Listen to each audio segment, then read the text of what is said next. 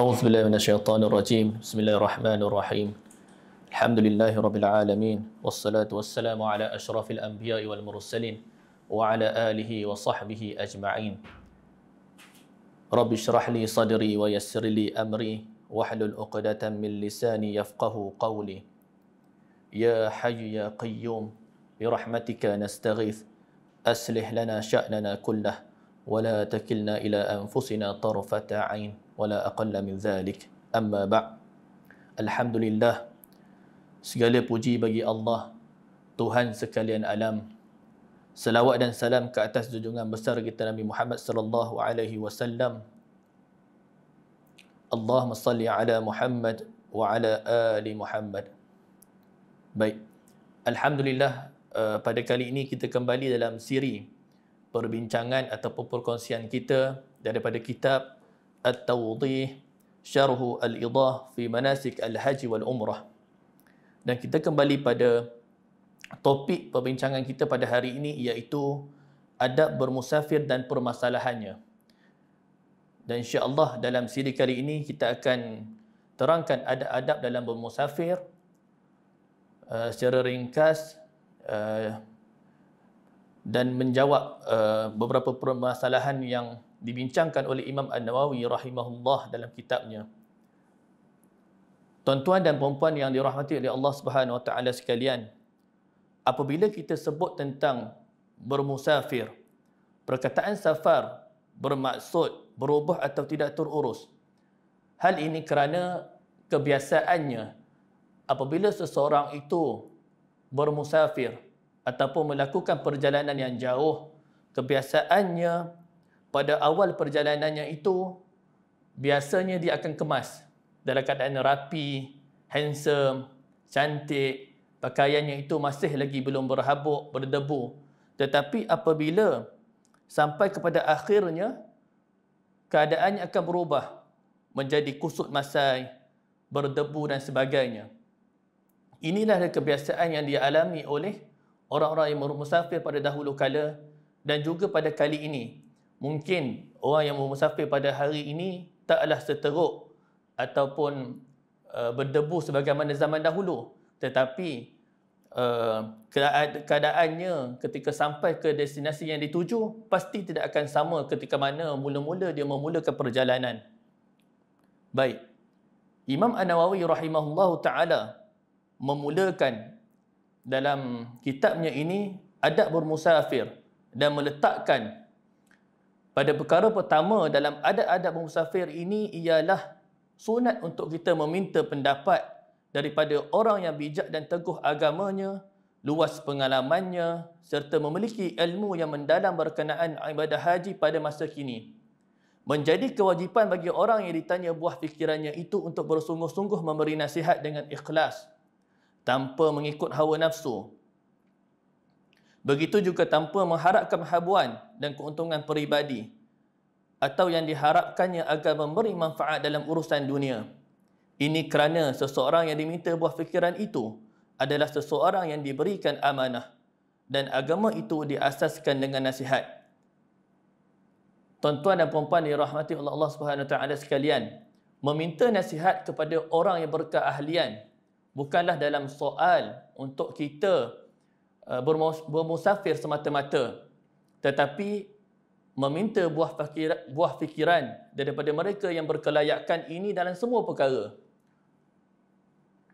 Al-Quran menyebutkan fas'alu ahla zikr in kuntum la ta'lamun.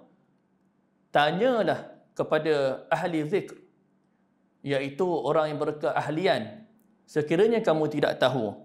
Bahkan Fudail bin Iyad berkata, tidaklah orang yang paling unggul dalam kalangan kami mereka yang banyak solat dan puasa, tetapi sebaliknya mereka yang mempunyai jiwa yang pemurah, hati yang sejahtera dan melaksanakan nasihat untuk umat. Itu yang pertama.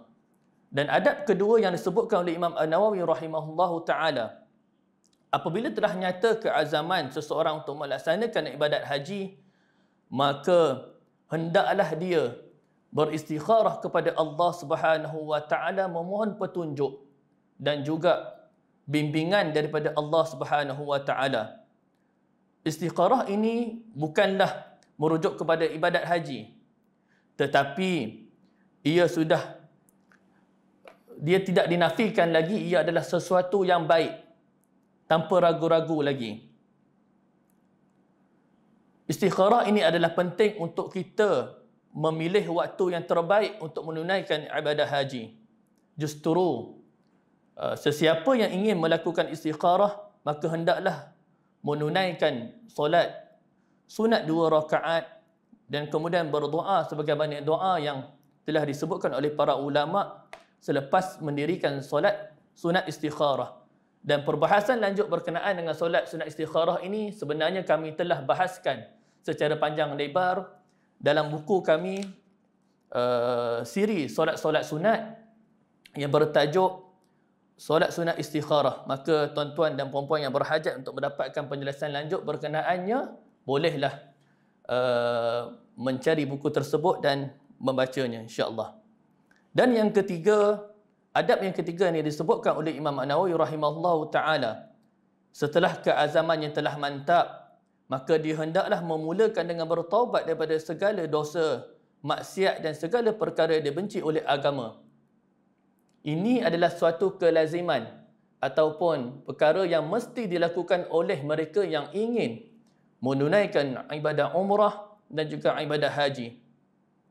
Sebagaimana yang kita maklum, apabila kita hendak menunaikan ibadah haji ataupun umrah, maka kita telah meninggalkan segala apa-apa urusan dunia yang kita hendak lakukan dan kita hendak pergi menuju mencari keredaan Allah Subhanahu Wa Taala melalui ibadah haji yang merupakan salah satu rukun daripada rukun-rukun Islam.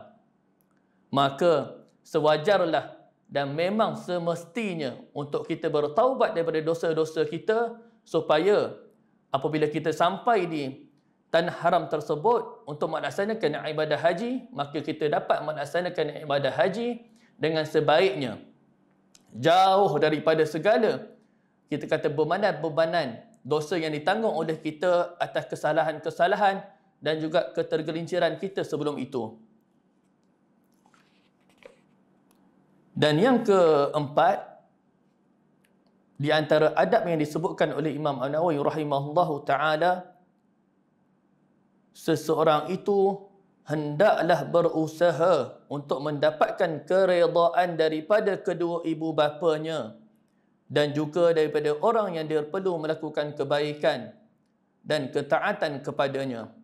Jika dia seorang isteri, maka dia perlu mendapat keredaan dan keizinan daripada suaminya. Dan begitu juga disunatkan bagi seorang suami untuk menunaikan ibadat haji bersama isterinya.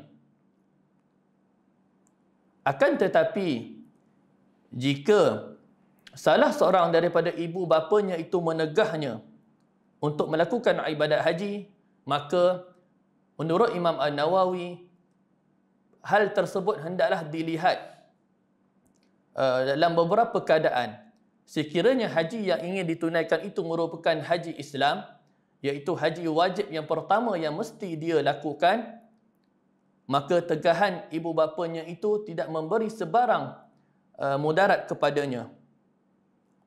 Akan tetapi, jika ibadat haji yang hendak dilakukan itu merupakan ibadat haji sunat, maka tegahan ibu bapanya itu memberi kesan kepada ibadat hajinya. Dan yang seterusnya, adab yang seterusnya Imam Nawawi menyebutkan, iaitu adab yang kelima, hendaklah berusaha memastikan nafkahnya daripada sumber yang benar-benar halal dan selamat daripada unsur-unsur syubhah. Sebaliknya, jika bakal haji tidak mengendahkannya tetapi meneruskan niat haji dengan harta atau dari sumber syubhah, begitu juga dengan harta yang dirampas ataupun harta yang haram, maka hukum hajinya tetap sah pada zahirnya, tetapi dia tidak mendapat haji yang mabrur. Hal ini kerana di antara syarat yang diletakkan oleh para ulama, ibadat haji yang ingin dilakukan itu mestilah bersumberkan sumber yang benar-benar halal dalam memastikan untuk kita mendapat haji mabrur. Kerana dikhawatiri harta yang digunakan jika ia bersumberkan daripada harta yang syubhah ataupun yang haram seperti harta yang dirampas, maka dia khawatiri dia tidak mendapat haji yang mabrur. Terdapat satu syair, iaitu idza hajajta bimalin kulluhu suhud fama hajajta walakin hajjatil air. Bila kamu menunaikan haji dengan harta yang semuanya itu adalah bersumberkan harta yang haram, sebenarnya bukan kamu yang buat haji, tetapi adalah unta yang dinaiki oleh kamu. Okay, yang seterusnya, adab yang disebutkan oleh Imam An-Nawawi rahimahullahu ta'ala, sunat untuk kita memperbanyakkan bekalan dan nafkah perjalanan dengan tujuan untuk menolong dan membantu mereka yang berhajat dan memerlukannya. Bekalan yang dibawanya itu hendaklah bersih dan suci daripada perkara-perkara yang diharamkan. Firman Allah Subhanahu wa taala, "Ya ayyuhallazina amanu anfiqu min thayyibati ma kasabtum wa mimma akhrajna lakum minal ard wa la tayammamul khabitha minhu tunfiqun." Wahai orang-orang yang beriman, nafkahkanlah di jalan Allah sebahagian dari usaha kamu yang baik-baik dan sebahagian dari apa yang kamu keluarkan dari bumi untuk kamu, dan janganlah kamu memilih yang buruk-buruk lalu kamu menafkahkan daripadanya.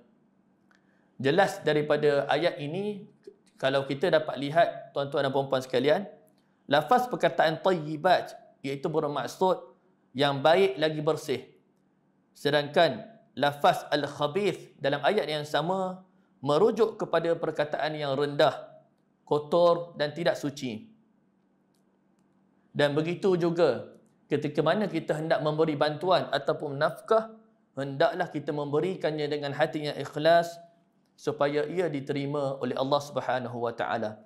Okey, dan yang seterusnya, adab yang disebutkan oleh Imam An-Nawawi rahimahullahu taala, disunatkan ke atas kita untuk meninggalkan tawar-menawar yang boleh membawa kepada pergaduhan dalam apa yang dibeli untuk kelengkapan hajinya.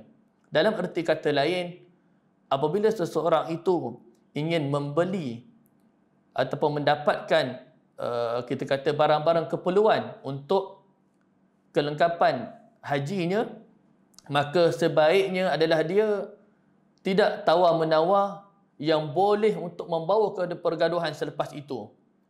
Cukuplah sekadarnya ataupun bersederhanalah dalam untuk kita tawar-menawar.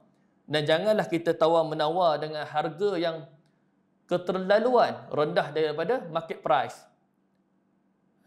Tetapi cukuplah sekadarnya untuk kita cuba untuk dapatkan harga yang kita hendak, dan sekiranya kita tidak dapat, maka carilah titik persamaan ataupun persetujuan di antara kita dan juga dengan orang yang kita, dengan penjual yang kita mahu dapatkan bekalan kelengkapan haji daripadanya. Dan yang paling penting adalah tawar-menawar yang dilarang ini adalah yang tidak membawa kepada pergaduhan. Dan yang seterusnya, adab ke-8 yang disebutkan oleh Imam An-Nawawi rahimahullahu ta'ala, disunatkan untuk tidak berkongsi atau bercampur dengan orang lain, sama ada dari sudut bekalan, kenderaan dan perbelanjaan. Hal ini kerana menurut Imam An-Nawawi, apabila kita mengelakkan diri kita daripada berkongsi perkara-perkara yang disebutkan ini dengan orang lain, maka kita lebih mudah untuk menggunakan perkara-perkara tersebut dalam kebaikan. Kemungkinan besar ada sebahagian daripada harta-harta tersebut yang kita nak infakkan, yang kita nak sedekahkan, yang kita nak berikan pada jalan Allah Subhanahu wa taala. Tetapi apabila kita berkongsi, ada persen ataupun peratusan hak milik orang lain dalam perkongsian tersebut, maka kita punya keazaman ataupun keinginan kita untuk melakukan kebaikan tersebut terhad. Yang ini terbatas, terikat dengan keizinan dan juga kita kata hak-hak orang lain yang berkongsi bersama dengan kita ini. Justru disunatkan atau lebih baik untuk tidak berkongsi. Akan tetapi, jika dia tetap juga berkongsi dengan orang lain, maka hal tersebut dibolehkan. Tidak menjadi satu kesalahan. Dan yang seterusnya, yang ke-9, disunatkan untuk mendapatkan kenderaan ataupun tunggangan yang kuat dan elok. Hal ini kerana tunggangan atau kenderaan yang elok ini boleh menambahkan lagi keselesaan kepada orang yang berkelana ataupun musafir. Alhamdulillah, pada zaman kini kita dapat melihat penggunaan kapal terbang, penggunaan bas yang selesa adalah merupakan salah satu nikmat yang diberikan kepada kita oleh Allah Subhanahu wa taala sekalian. Oleh Allah Subhanahu wa taala. Tidak dinafikan apabila kita melakukan ibadah haji, jutaan manusia berada di tempat yang sama kita berada. Justru dengan menggunakan tunggangan ataupun kenderaan yang baik, di samping menambahkan keselesaan, jarak ataupun masa perjalanan yang diperlukan untuk dari satu masa ke satu masa juga dapat disingkatkan dan dipendekkan.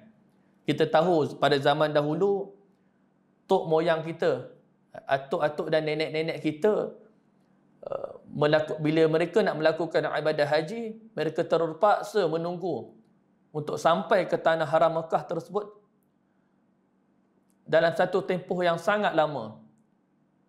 Sebab apa? Sebab mereka pada masa tersebut satu-satunya cara untuk sampai ke sana dengan menaiki kapal laut. Dan dikatakan perjalanan tersebut mengambil masa selama 6 bulan sekurang-kurangnya. Alhamdulillah kini dengan adanya kenderaan iaitu kapal terbang, jarak tersebut dapat disingkatkan dan lebih ramai lagi orang yang dapat pergi menunaikan ibadah haji ke sana.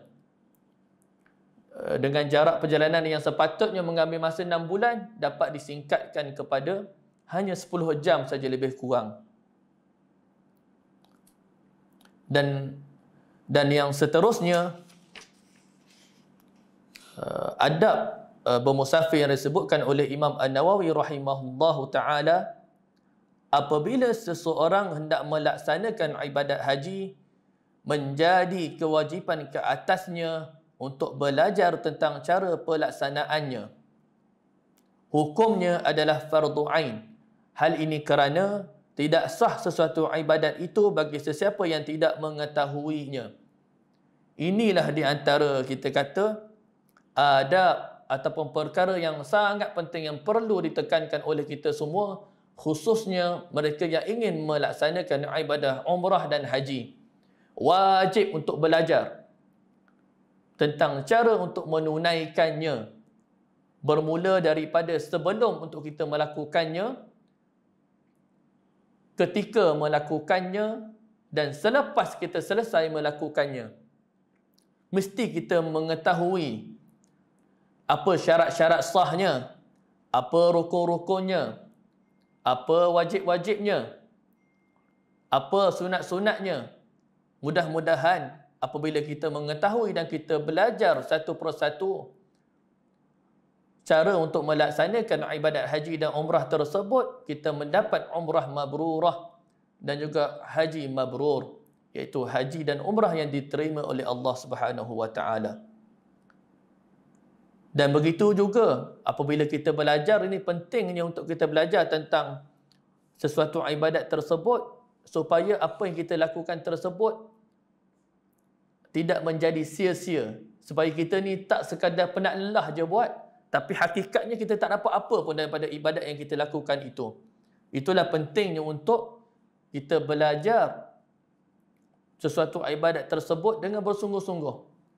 Bukan saja belajar ni pada zaman kecil je tuan-tuan puan-puan sekalian, tetapi kita hendaklah belajar ni daripada kita kecil sehinggalah sekarang, sehinggalah sampai kita mati ni kita kena belajar tuan-tuan puan-puan sekalian. Dan kitab yang terbaik yang boleh untuk tuan-tuan dan puan-puan rujuk yang ada dalam bahasa Melayu ini, kitab inilah yang kita sedang syarahkan ini, iaitu Al-Tawdih Syarh Al-Idah fil Manasik Al-Haji wal Umrah, yang menghimpunkan, kita kata yang menghimpunkan perbahasan berkenaan dengan ibadah haji dan umrah secara lengkap, menyeluruh, mengikut mazhab setempat iaitu mazhab Al-Imam Asy-Syafi'i, itu mazhab di negara kita. Dan bagi sesiapa yang berasa berat untuk membawa kitab ini, mana kitab ni boleh baca siap-siap, mana tuan-tuan puan-puan yang tak beli lagi tu boleh beli cari kitab ni dan baca. Tak faham tanya ustaz, tanya ustazah yang berkelayakan.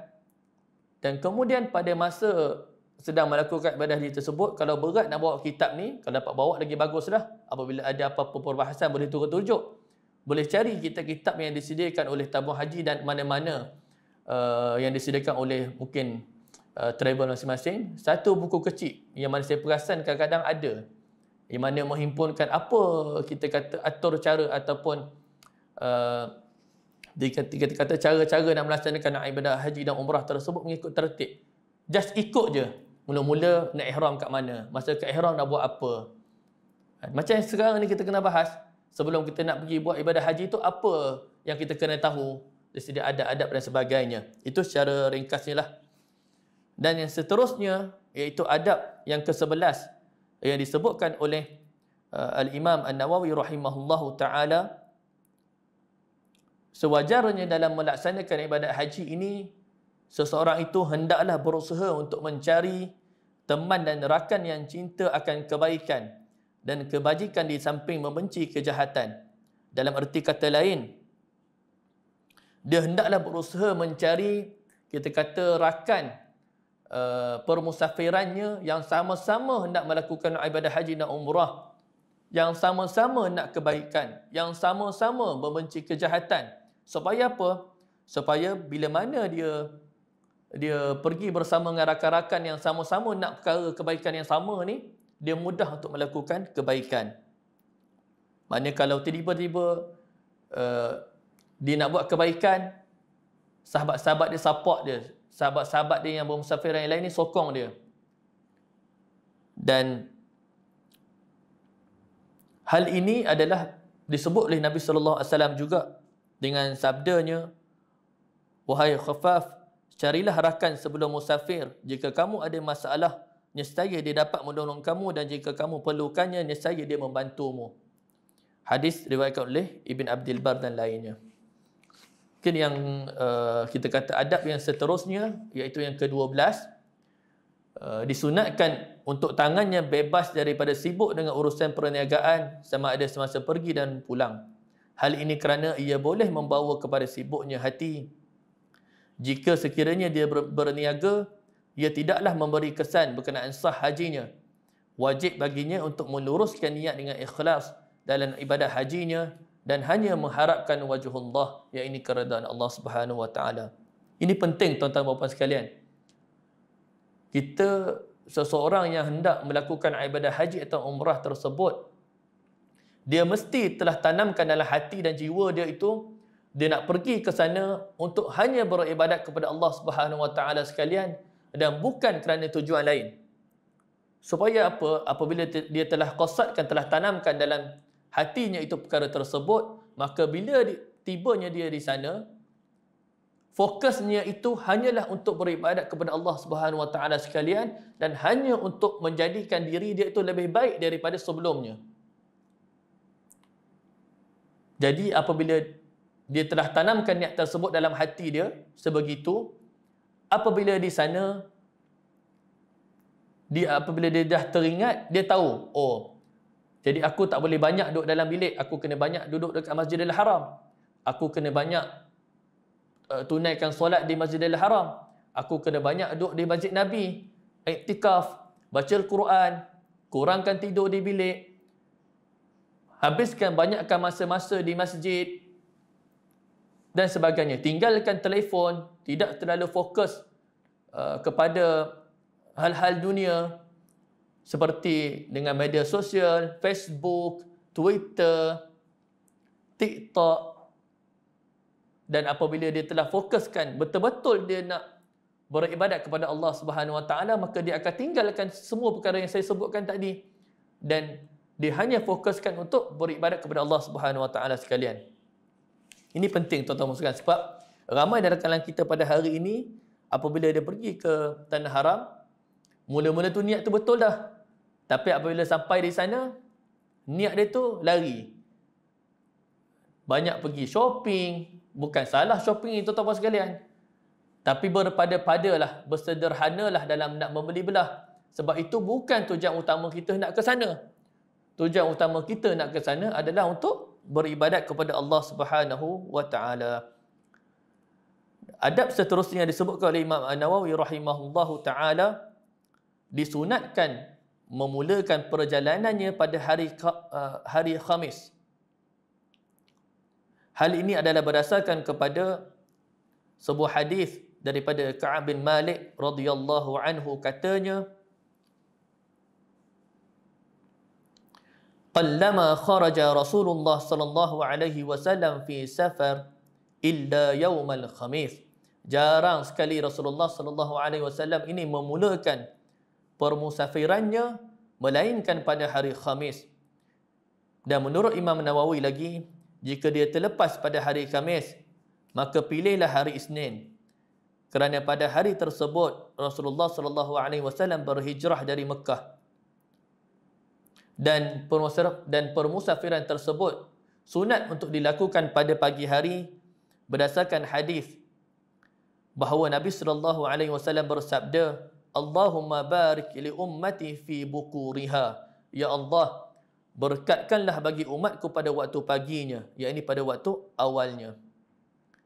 Ini dari sudut yang disebut oleh Imam Nawawi rahimahullah ta'ala, ini dari sudut afdaliyah. Dari sudut kita kata keutamaan. Maknanya di sisi dia, menurutnya, sunat untuk kita bermusafir ini pada hari Khamis. Kalau tak dapat hari Khamis, pada hari Isnin. Dan sebahagian ulama' lagi pula menyebutkan, jika tak dapat pada hari Khamis, maka musafirlah pada hari Sabtu. Sebab kebanyakan Nabi SAW, banyak perkara yang Nabi SAW musafir selain daripada hari Khamis adalah pada hari Sabtu. Ini dari sudut keutamaan ataupun afdaliyah. Adapun kalau dia nak bermusafir pada mana-mana hari daripada 7 hari yang terdapat dalam seminggu tersebut, adalah dibolehkan dan diharuskan, tidak menjadi kesalahan. Dan adab yang ke-14, disunatkan ketika ingin keluar dari rumahnya bagi memulakan musafir untuk mendirikan solat sunat 2 rakaat. Yang ini solat sunat musafir 2 rakaat.